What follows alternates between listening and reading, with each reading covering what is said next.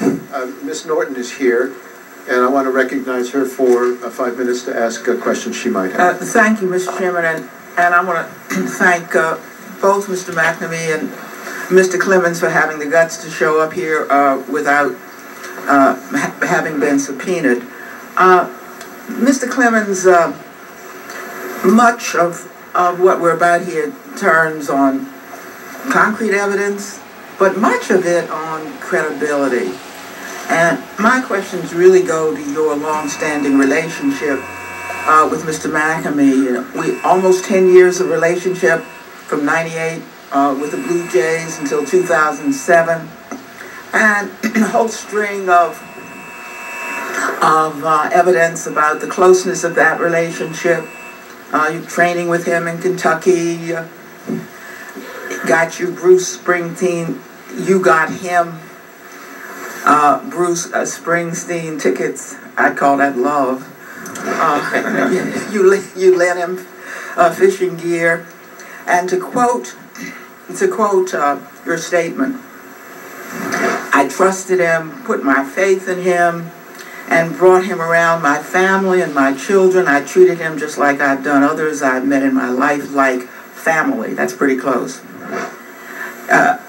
Isn't it fair to say you were on quite good terms with Mr.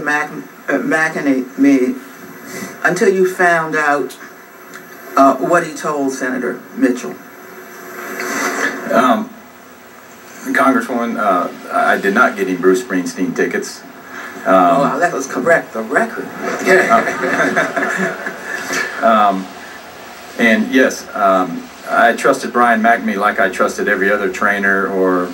Well, I quoted you on how you trusted him. Yes, I totally understand. But I asked you, therefore, don't your own statements show that you were on good terms with him until you found out what he told Senator Mitchell?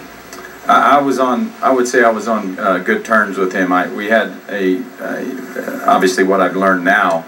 Yeah, but see, I'm not talking about now. Now is after the Mitchell report. Of course, you and your legal team are raising very serious questions about incidents in Mr. McNamee's past. Some of them were public, some of them were not. But I think they would cause reasonable people to lose trust and confidence in Mr. McNamee. For example, that he gave you without your knowledge what you later came to believe, while he's still your trainer, and amphetamine. Indeed, you described a confrontation, your word, that you had with him about this particular incident.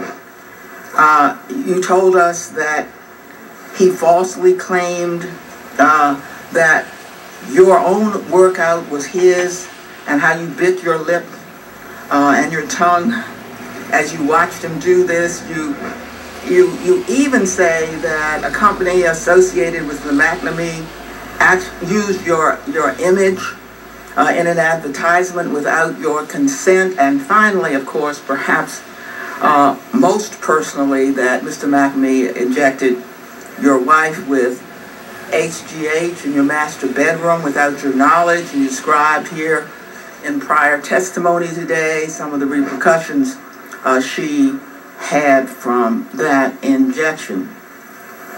Now, you were well aware of all of these concerns before the Mitchell report was released. So I've got to ask you, sir, if Mr. McNamee did all of these things, and they appear not to be in doubt, including injecting your wife with HGH without your knowledge, why did you continue to employ him?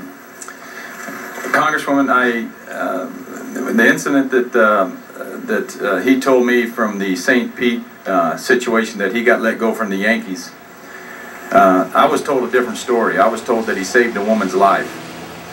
That, again, he took a hit for 5 other guys on that situation. I believe I worked. What about what he did to you, Mr. Clemens? What about the incidents I have said and how seriously they affected you? Why did you continue to employ him given what he had done to you? That's correct. And what I was, the point I was getting to, I believe there was a work stoppage for 2 or 3 months. I believe Mr. Pettit was playing again. We continued to play. I was still trying to make up my mind again. I'm not great at retirement. I've tried to retire 3 times. It's not working.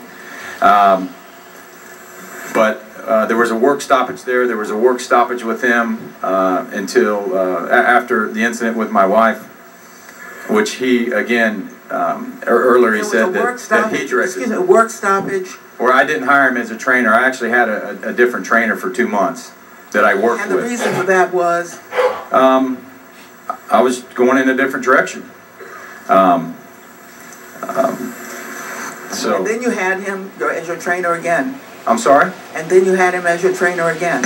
I did, and my question, Mr. Clemens, is why did you keep the man? It's very simple. Why did you keep the man? He did some pretty horrendous things, which are on the record, which you yourself said. Why did you keep him?